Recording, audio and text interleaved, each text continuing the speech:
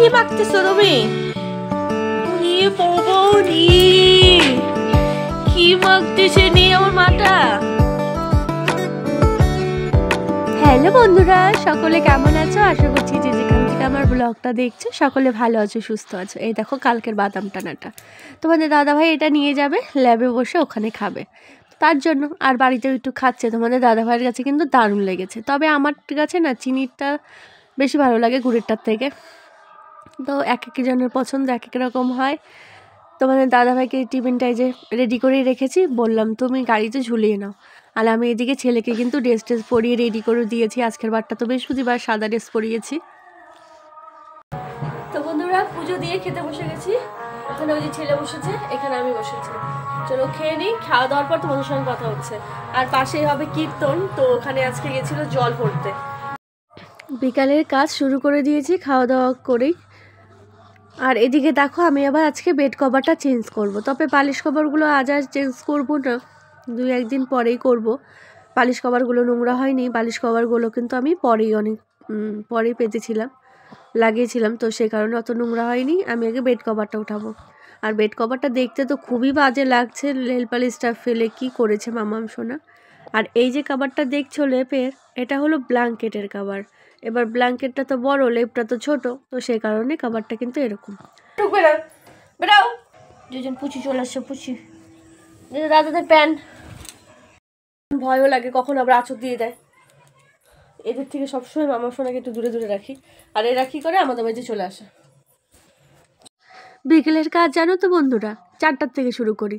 4টার থেকে না শুরু করলে একদমই কাজ করে বিকেলের কাজ করে কিন্তু আগানোই যায় না। উঠোন ঝাড় দেওয়ার পর তারপরে ঘরে কাজ থাকে, বাইরে কাজ থাকে, তো একদমই হয় না। তাও অন্ধকার হয়ে যায় এখন, মানে দিনটা এত ছোট হয়ে গেছে, রাত্রিটা বড় হয়ে গেছে। রাত্রিটা যেন এখন কাটতেই চায় না, আর দিনটা আমার কাছে বড়দিনের বেলায় বেশি ভালো লাগে। আর তারপরে এগুলো তো গুছিয়ে নিলাম। এবার আমি যেটা করছি, কাকি এসেছে, তো কাকিকে বলছে মামাম শোনা যে তোমাদের পুষি এসেছে আমাদের বাড়ি, তুমি এবার নিয়ে যাও। কাকি আবার বলছে তুই যেমন আমাদের বাড়ি যাস, তো থাক তোদের বাড়ি আজকে আর নিব না।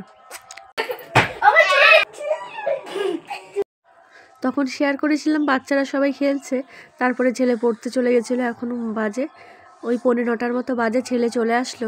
আটা মেখে রেখেছি, এখন চলো তাড়াতাড়ি গিয়ে ঘুগনিটা বানাই। ছেলে চলে এসেছে, এখনই বলবে মা খিদে পেয়েছে। আচ্ছা আমি কিভাবে ঘুগনি রান্না করি চলো তোমাদের সঙ্গে শেয়ার করি।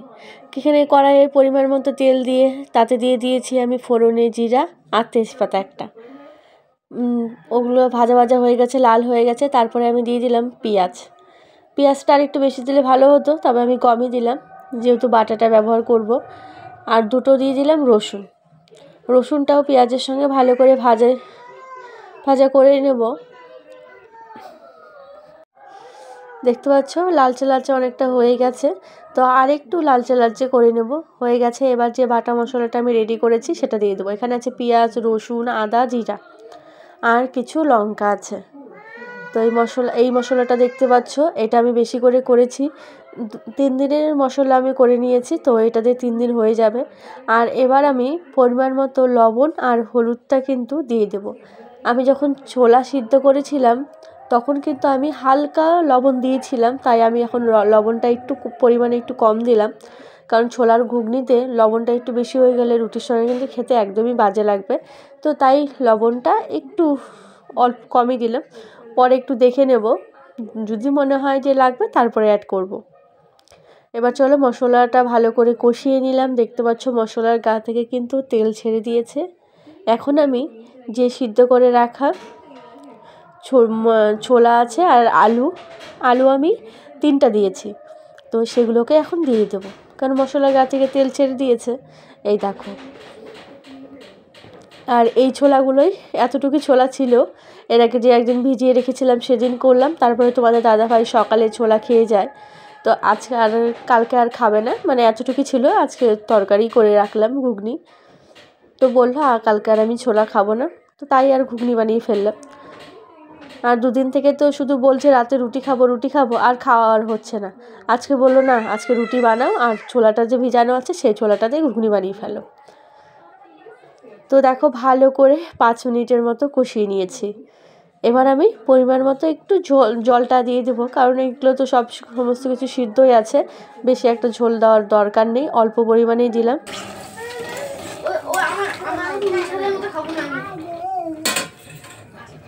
ঝোলটা নামানোর আগে ঘুগনিটা গরম মশলার গুঁড়ো দিয়ে, আর এখন তো ধনে পাতার সিজন, ধনে পাতা দিয়েও নামিয়ে দিতে পারো।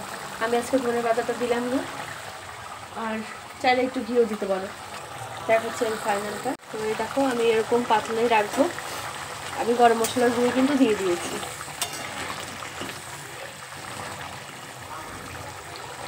এই যে এতটা ঠিক হয়েছে, এরকমই নামাবো। আর ছেলের জন্য যে পরোটা করে নিয়েছি হালকা তেল দিয়ে। চলো এবার রুটি ভাজবো, তোমাদের দেখা যাচ্ছে। আটা লিচি করে নিয়েছি, তাড়াতাড়ি রুটি ভেজে তোমার দাদা ভাইকে ছেলে মেয়েকে দিয়ে দিই। এদিকে তোমাদের দাদা ভাইকে একটা চিনি দিয়ে পরোটা করে দিচ্ছি, ফুল। তো এই দেখো আমার জন্য এখন আমি খাবারটা বানিয়ে নিচ্ছি, তখন গ্যাসটা অফ করে তোমাদের দাদাভাইকে গরম গরম রুটি ভেজে দিলাম, ছেলেকে পরোটা দিলাম, আর মেয়েকে একটু ভাত খাইয়ে নিলাম। তিনজনের খাওয়া দাওয়া হয়ে গেছে এদের। এখন আমি আমার খাবারটা করে নিচ্ছি, আর তোমাদের দাদাভাই এখন মেয়েকে সামলাচ্ছে। আর এইটা করলেই বাস হয়ে যায়। চলো আমি এখন আমার খাবারটা এই দেখো গুছিয়ে নিয়েছি, চলো এবার চটপট খেয়ে নিই। আর তোমাদের দাদাভাই কি করছে চলো তোমাদের একবারটি দেখাই। তার আগে বলছি ছোলার ঘুগনিটা কিন্তু দারুণ হয়েছিল, সত্যি রুটির সঙ্গে এরকম ছোলার ঘুগনিটা ভালোই লাগে। তবে রসুনটা আরেকটু বলতো, আর একটু ভাজা ভাজা করলে আর একটু বেশি ভালো হতো। এই দেখো তোমাদের দাদাভাই ওই যে মেয়েটাকে সামলাচ্ছে। আমিও বাসন টাসন সব কিছুগুলো গুছিয়ে রেখে চলে এলাম হাত মুখ ধুয়ে ঘরে। আর এখন তো ঠান্ডার দিন, বুঝতেই পারছো, হাত পা পুরো মুখ ঠোঁট পুরো চটচট হয়ে যায়, একদম টান টান ধরে যায়। আর মেয়ের চোখে এখনো ঘুম নেই, কিন্তু দাদা তার ঘুমিয়ে গেছে। হ্যাঁ ব্যথা কমে গেছে।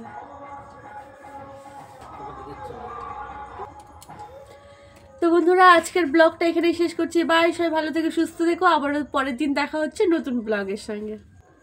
দেখুন পাকুম বুড়ি, ওই যে পাকুম বুড়ির চোখে ঘুম নেই, পাকুম বুড়ির চোখে। দাদা ঘুমিয়ে গেছে, দাদা ভালো দেখছো, ওই দেখো পাকুম বুড়ির চোখে ঘুম নেই এখনো।